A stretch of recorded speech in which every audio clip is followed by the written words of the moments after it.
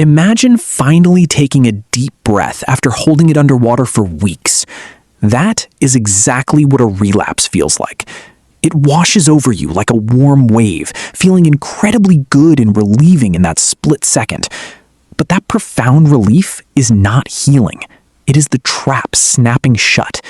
It tricks your brain into thinking you have solved a problem that you actually just made much worse.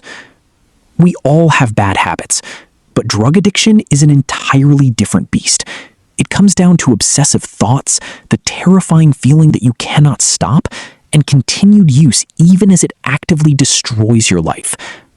By the end of this video, you will understand exactly why your brain craves that relapse and get the exact tools you need to break the cycle for good. A relapse almost never starts with the drug itself. It starts hours or days earlier with deep, painful emotions like loneliness, shame, or a harsh feeling of rejection. Your addiction is not a moral failing or just about loving the drug. It is a desperate, misguided search for relief from prior pain that has not been addressed. Relapsing feels good because it temporarily unplugs that emotional pain, giving you a fast break from the hurt. Understanding this emotional root proves that you are not broken, you are just hurting. To understand this, we have to look inside your head. Your brain has a reward pathway that releases dopamine, making you feel happy and satisfied. Addictive drugs completely hijack this system. If you have been staying clean, your baseline dopamine is low, making you feel tired and hopeless. When you relapse, the drug violently spikes your dopamine back up, which feels intensely euphoric. But what goes up must come down. Your dopamine crashes far below your original baseline, leaving you feeling completely drained and more depressed. To escape this terrible new low, your brain begs for more of the drug, trapping you in an endless roller coaster. The first real step to breaking this cycle is to catch the urge before it turns into an action. You must become a strict observer of your own moods. The goal is to put a gap in time between the moment you feel hurt and the moment you reach for the substance. The next time a heavy craving hits, force yourself to pause. Take a deep breath and say out loud, "I am upset right now, and my brain is looking for an escape." Realizing and admitting that you are upset takes the power away from the drug and stops the brain's hijack before it starts. When you try to quit cold turkey, you leave behind a massive, empty void. Your brain experiences real pain from low dopamine and will fight to seek out instant pleasure.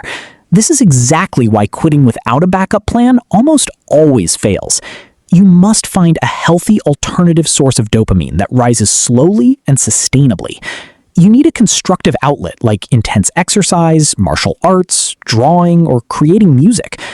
Working out becomes your new source of dopamine because you naturally feel good afterward, giving your mind the relief it craves without destroying your future. Sometimes simply replacing your bad habit is just not enough. If your drug addiction is incredibly strong, you actually need a brand new obsession. You need to find something positive to become completely obsessed with, like a massive new life goal, starting a business, or learning a difficult skill.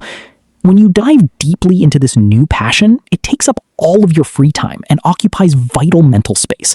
By fiercely focusing on building a better future, you literally leave no room in your brain to obsess over the drug. Changing how you see yourself can also be an incredibly powerful tool. People naturally act in line with the person they think they are. If you constantly label yourself as a struggling addict, your brain will follow that script and prove you right every single time. To break free, you must aggressively change your identity. Start viewing yourself as someone who already has their life perfectly put together. A healthy, forward-moving person simply does not have a drug addiction. When you adopt this brand new identity, leaving drugs behind becomes a natural part of who you are. There will be days when your mood is low, and feeling like crap makes you naturally look for fast pleasure to cope. When a strong craving hits, your first reaction might be deep self-hatred. You must learn to replace that with fierce self-compassion. Treat yourself exactly like you would treat a good friend who is hurting, and acknowledge that it is awful to feel bad again. To build emotional armor, do simple things to improve your mind. Practice daily meditation to calm your nervous system, or keep a simple gratitude journal. These positive habits protect you from the dangerous need for fast pleasure. Finally, remember that quitting an addiction is not a straight line. You might relapse, and it may feel like you fell all the way back to square one. However, having a relapse does not mean you are starting completely over. It is just a bump in the road. If you fill yourself with self-hatred, it can actually lead your brain right back to those bad habits to cope. Instead, forgive yourself immediately. Your brain has an amazing, scientifically proven ability to adapt to your recovery. Stand right back up, set a new goal, and keep your eyes facing forward to live a happier, fulfilling life.